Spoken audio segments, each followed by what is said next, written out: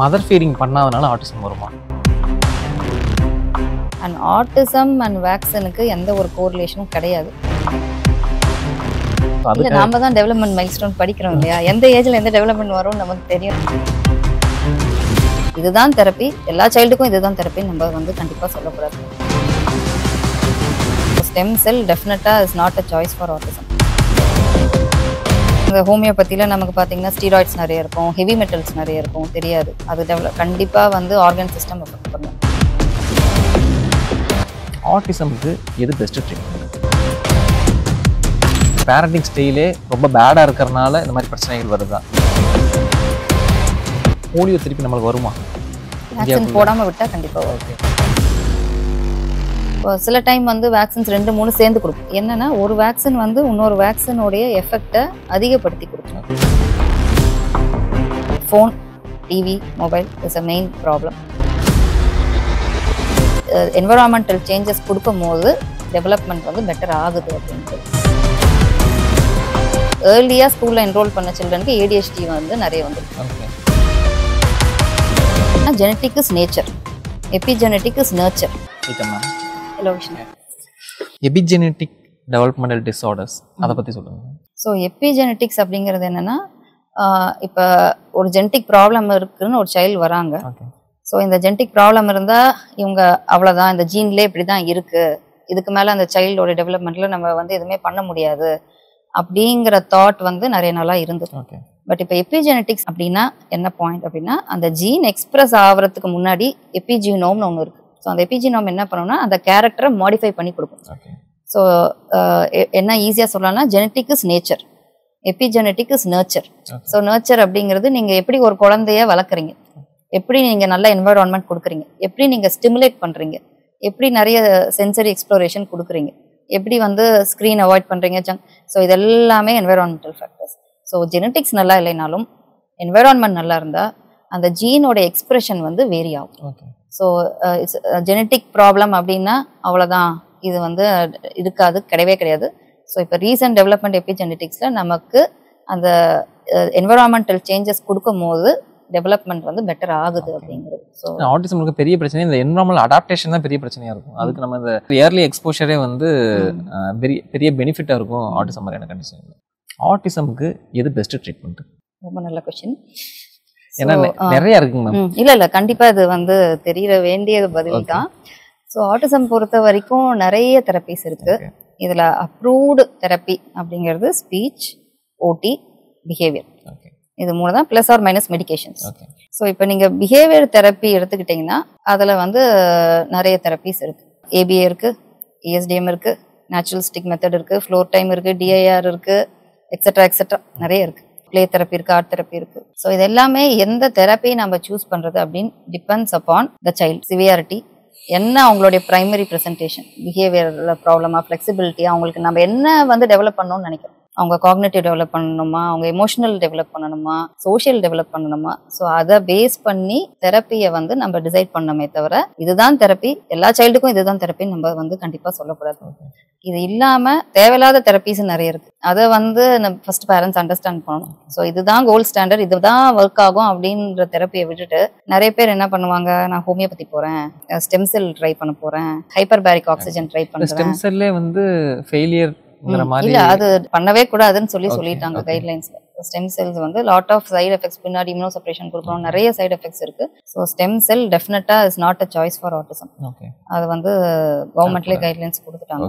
So இது இல்லாம இந்த ஹோமியோபதியில் நமக்கு பார்த்தீங்கன்னா ஸ்டீராய்ட்ஸ் நிறைய இருக்கும், ஹெவி மெட்டல்ஸ் நிறைய இருக்கும், தெரியாது. அது கண்டிப்பாக வந்து ஆர்கன் சிஸ்டம் எஃபெக்ட் பண்ணும். ஹைப்பர்பேரிக்லையும் oxygen induced free radical damage வரும், பல்மரி எம்பாலிசம் வரும், நிறைய காம்ப்ளிகேஷன்ஸ் இருக்கு. ஸோ இது இல்லாமல் கீலேஷன் தெரப்பி நிறைய ட்ரை பண்ணுறாங்க. இதெல்லாம் ஹை ரிஸ்க் தெரப்பி, இதெல்லாம் கண்டிப்பாக அவாய்ட் பண்ணும். இது இல்லாமல் நீங்கள் சொல்கிற மாதிரி மியூசிக் தெரப்பி, யோகா தெரப்பி, இதெல்லாம் என்னன்னா potentially no risk, but it may have benefit or may not have benefit. So அந்த மாதிரி இருக்க தெரப்பி நம்ம எக்ஸ்ப்ளோர் பண்ணுறது ஒன்றும் பெரிய ப்ராப்ளம் இல்லை. பட் இதெல்லாம் பொட்டன்ஷியலி ரிஸ்க் இருக்கிற தெரப்பி. ஸோ இதெல்லாம் கண்டிப்பாக பண்ணக்கூடாது அப்படிங்கிறது பேரண்ட்டுக்கு தெரியணும். செகண்டரியாக வச்சுக்கலாம், பிரைமரியா வச்சுக்க கூடாது. ஏன் அப்படின்னா இல்ல செகண்டரியாவும் அந்த பொட்டன்ஷியல் ரிஸ்க் இருக்கிறவங்களுக்கு கண்டிப்பா வைக்க கூடாது. நீங்க செகண்டரியா வைக்கிறது பாசிபிள் பெனிஃபிட் நோ ரிஸ்க் அப்படின்ற குரூப்ல வர என்னென்னலாம் இருக்கோ அதெல்லாம் வச்சுக்கலாம். இப்போ இந்த 3 தான் அப்ரூவ்டு தெரப்பியா இருக்கு, அதான் பெனிஃபிட்டா இருக்கும் அப்படின்னா அப்ப பேரண்ட்ஸ் வந்து இதுக்கான நாலேஜை வளர்த்துக்கிறது ரொம்ப முக்கியம். நம்மளோட ரோல் அங்கதான் வருது. ஓகே, இந்த மாடர்ன் லைஃப் ஸ்டைலில் இப்போ இந்த ஜென்சி பேரண்ட்லாம் இருக்காங்க. ஸோ அவங்க மாடர்ன் லைஃப்பில் இருக்காங்க. ஸோ அவங்க நிறைய மிஸ்டேக் பண்ணுறாங்க. நிறைய ஸ்டிமுலே இருக்கிறனால குழந்தைங்களுக்கு இந்த மாதிரி பிரச்சனைகள் வருதா, இல்லை இவங்களோட பேரண்டிங் ஸ்டைலே ரொம்ப பேடாக இருக்கிறனால இந்த மாதிரி பிரச்சனைகள் வருதா, இல்லை இந்த என்விரான்மெண்டல் எக்ஸ்போஷர் இவங்களை இந்த மாதிரி தூண்டுதா, எதுலாம் வந்து இப்போ இருக்க கரண்ட் சுச்சுவேஷனில் ப்ராப்ளமாக இருக்குது? parenting style has nothing to do with developmental delay or disability. பிஹேவியர்ல வரலாம் கண்டிப்பா. பட் disability அப்படிங்கும்போது காரணம் related to brain connectivity. So அது வந்து கண்டிப்பா பேரண்டிங் ஸ்டைல்ல வராது. பட் நீங்க சொன்ன அந்த ஜென்சியில் என்னென்ன இஷ்யூஸ் ஃபேஸ் பண்றோம் அப்படின்னா, ஃபர்ஸ்ட் ஆப்வியஸ்லி ஸ்க்ரீன். நிறைய ஸ்க்ரீன் டைம் கொடுக்குறாங்க. நமக்கு வந்து கைட்லைன்ஸ் இருக்கு ஐஏபியில். அகேன் ஒவ்வொரு ஏஜுக்கு இவ்வளோ ஸ்க்ரீன் தான் கொடுக்குறோம். இப்போ 1 year கீழேனா கொடுக்கக்கூடாது. 1 to 3 yearsனா 30 minutes, அதுக்கப்புறம் 1 hour, அதுக்கப்புறமா ஒரு 10 yearsக்கு மேலே அவங்க எல்லா ஃபங்க்ஷன்ஸும் அவங்களால டேக் கேர் பண்ணிக்கிறாங்க. அதுக்கப்புறம் ஃப்ரீ டைம் இருந்ததுன்னா they can see what ever time. So இந்த கைட்லைன்ஸ் இல்லாமல் 9 monthsக்கெல்லாம் ஸ்டார்ட் பண்ணுறாங்க. ஸோ டெஃபினட்டாக அது வந்து ப்ரீஃபாண்டல் கார்டிகல் ஃபங்க்ஷனை கண்டிப்பாக அஃபெக்ட் பண்ணுது. நியூரோ டிரான்ஸ்மிட்டரோடைய லெவல்ஸை மாடிஃபை பண்ணுது. Phone, TV, mobile is a main problem. அடுத்தது நியூக்ளியர் ஃபேமிலி. ஸோ அகேன் எந்த விதமான மல்டி சென்சரி ஸ்டிமுலேஷனுக்கும் it's better we have a joint family setup where multi people இருக்காங்க. அவங்க ஸ்டிமுலேட் பண்ணுறாங்க every time the child. But இப்போ nuclear family working பேரண்ட்ஸுங்கிறதுனால the amount of time quality time அந்த சைல்டுக்கு ஸ்பெண்ட் பண்ணுறது கண்டிப்பாக கம்மியாகுது. இன்னொன்று ஃபுட். அகேன் நான் சொன்ன மாதிரி food related chemicals and toxins damage பண்ணுறது, இந்த கட் பிரெயின் ஆக்சஸ் அஃபெக்ட் ஆகுறது, இது எல்லாமே வந்து நிறைய ஜங்க் ஃபுட்ஸ், சுகரி ஃபுட்ஸ் எல்லாமே கொடுக்கறதுனால, நம்ம ஸ்டோர்டு ஃபுட்ஸ், அதில் இருக்க பெஸ்டிசைட்ஸ் எல்லாமே வந்து இட்ஸ் அதர் ரீசன். ஸோ இது எல்லாத்தினாலையும் கொஞ்சம் நமக்கு டெவலப்மெண்டல் டிலேஸ் வருது. பட் இது அகேன் நம்ம வந்து எஜுகேஷன் தான், எஜுகேஷன் அவேர்னஸ் வரையா. ஏன் இந்த கொஸ்டின் கேட்டோம் அப்படின்னா, இந்த ஓவர் ஸ்டிமுலை வந்து குழந்தையோட பிரெயினை பாதிக்குமாங்கிற எனக்கு ஒரு டவுட் இருக்கு. ஏன்னா ஒரு நடுவில் ஒரு ரீல் ஒன்று வைரல் ஆச்சு. 3 to 6 months ஒரு பேபிக்கு இருக்கும். அவங்களுக்கு ஃப்ளாஷ் கார்டு கொடுத்து ஃப்ளாஷ் கார்டு கொடுத்து நீங்கள் பார்த்துருக்கீங்க, ஃப்ளாஷ் கார்டு கொடுத்து குழந்தை வந்து டச் பண்ணும். ஆப்பிள் தோடு ஆரஞ்சு தெரிஞ்சவொடனே குழந்தை போய் டச் பண்ணும். ஸோ அது நம்ம தான் டெவலப்மெண்ட் மைல் ஸ்டோன் படிக்கிறோம் இல்லையா, எந்த ஏஜ்ல எந்த டெவலப்மெண்ட் வரும்னு நமக்கு தெரியும். That is not possible. Cognitive development is the last thing to attain. முதல்ல சென்சரி மோட்டார், அதுக்கப்புறம் தான் அப்படியே கிராஜுவலாக கடைசியாக மோட்டார், பெர்செப்ஷுவல் மோட்டார், அப்புறம் தான் காக்னிட்டிவ். எடுத்த உடனே காக்னிட்டிவ் டெவலப்மெண்ட் வந்து 3 monthsல அட்டைன் ஆகிற பாசிபிலிட்டி கிடையாது. ப்ளஸ் ஆல்சோ ஸ்டடீஸ் இருக்கு. இப்போ நம்ம ப்ரீகேஜி ஏஜ்ல சேர்த்த வேண்டிய குழந்தையில முன்னாடியே சேர்த்துறோம்னு வச்சுக்கோங்க, அந்த சில்ட்ரன் ஸ்டடி பண்ணதுல ஏர்லியா ஸ்கூல்ல என்ரோல் பண்ண சில்ட்ரனுக்கு ADHD வந்து நிறைய வந்திருக்கு. ஓவர் எக்ஸ்போஷர், ஓவர் ஸ்டிமுலேஷன் டெஃபினட்டா வந்து இட்ஸ் ஹார்ம்ஃபுல். ஓகே, வேக்சினேஷன் வந்து பிறந்த குழந்தையிலேருந்து ஸ்டார்ட் ஆகுது, நம்ம வேக்சின் பண்ணணுங்கிறது. சம்டைம்ஸ் சில பேர் அதை பண்ண மாட்டுறாங்க. அது சில பேருக்கு பயம் இருக்கும். இந்த கேமராமேன் பையன் கூட அவங்க வீட்டில் வந்து அவங்க வீட்டில் நிறைய போடுறது கிடையாது வேக்சின். ஏன்னா சில பேருக்கு இன்னொன்று என்னன்னா, வேக்சின் போட்டனால தாங்க ஆட்டிசமே வந்துச்சு அப்படின்னு சொல்லிட்டு ஃபியர்லாம் இருக்குது. ஸோ இதை பற்றின மித்ஸ் இருக்குல்ல, ஸோ இதை பற்றி சொல்லுங்க. கேட்ட மாதிரி வேக்சின் பற்றி நிறைய மித்ஸ் இருக்குது. ஸோ நிறைய டைம் என்ன நினச்சிக்கிறாங்க, நேச்சுரலாக இன்ஃபெக்ஷன் வந்தால் தான் அது குழந்தைக்கு நல்லது. நம்ம அந்த வைரஸையோ பாக்டீரியாவோ நாம் இன்ஜெக்ட் பண்ணும் போது அது வந்து நாட் சேஃப் அப்படின்னு நினைக்கிறாங்க. பட் அது கிடையாது. நம்ம அதோடைய ஒரு போர்ஷனை அவங்க விருலன்ஸ் எல்லாம் கம்மி பண்ணி அதுக்கப்புறம் தான் இன்ஜெக்ட் பண்ணுறோம். அதுலேருந்து வர இம்யூனிட்டி வந்து வெரி சேஃப். ப்ராப்ளம் என்னென்னா, நேச்சுரல் இன்ஃபெக்ஷன் வரும்போது அதோடைய காம்ப்ளிகேஷன்ஸ் நிறைய வரும். ஃபார் எக்ஸாம்பிள், உங்களுக்கு மீசல்ஸ் வருது அப்படின்னு வச்சுக்கிட்டிங்கன்னா, அது மீசல்ஸோட நிற்காது. அந்த virus can have the potential to affect the brain also. So அந்த கைண்ட் ஆஃப் காம்ப்ளிகேஷன் வேக்சின் போட்டால் கண்டிப்பாக வராது. ஸோ டிசீஸையும் ப்ரிவென்ட் பண்ணும். அட்மோஸ்ட் டிசீஸ் வந்தாலும் அந்த காம்ப்ளிகேஷன்ஸ் 100% வராது. சில டைம் வந்து வேக்சின்ஸ் 2-3 சேர்ந்து கொடுக்கும். ஸோ அதுவுமே வந்து ஓவர் பர்டன் ஆகிடும். நீங்கள் இத்தனை வேக்சின் சேர்த்து போட்டிங்கன்னா எதனா ஆகிடும்னு பயப்படுறாங்க. அதுவும் கிடையாது. ஸோ அது என்னன்னா, ஒரு வேக்சின் வந்து இன்னொரு வேக்சினோடைய எஃபெக்டை அதிகப்படுத்தி கொடுக்கும். நம்ம ஸ்டடீஸ்லே எல்லாமே சேர்த்தி கொடுக்கணும். இந்த வேக்சின்ஸ் எல்லாம் சேர்த்து கூட அடிட்டிவ் எஃபெக்ட்னு சொல்லுவோம். ஸோ ஒன்று வந்து இன்னொருத்தோட எஃபெக்டை வந்து சேர்த்து கொடுக்கும். அதனால தான் வந்து சேர்த்தி கொடுக்கணும் அப்படின்னு சொல்கிறாங்க. ஸோ வேக்சின்ஸ் வந்து it's a boom. Small box எல்லாம் இப்போ இல்லவே இல்லை. காரணம் வேக்சின் போட்டதுனால தான். ஸோ அதே மாதிரி நிறைய போலியோலாம் டுவர்ட்ஸ் எராடிகேஷன் இருக்கிறதுக்கு காரணம் வேக்சின் தான். பட் நீங்கள் சொல்கிற மாதிரி நிறைய பேர் வேக்சின் போடுறது இல்லை. அண்ட் ஆட்டிசம் அண்ட் வேக்சினுக்கு எந்த ஒரு கோரிலேஷனும் கிடையாது. இது என்னன்னா நமக்கு அந்த ரெக்ரெஷன் வர டைம் வந்து நிறைய சில்ட்ரனுக்கு 9 months to 1 year தான் ரெக்ரெஷன் வரும் ஆட்டிசம்க்கு. ஸோ அந்த டைம் தான் எம்எம்ஆர் வேக்சினும் போட்டிருப்பாங்க.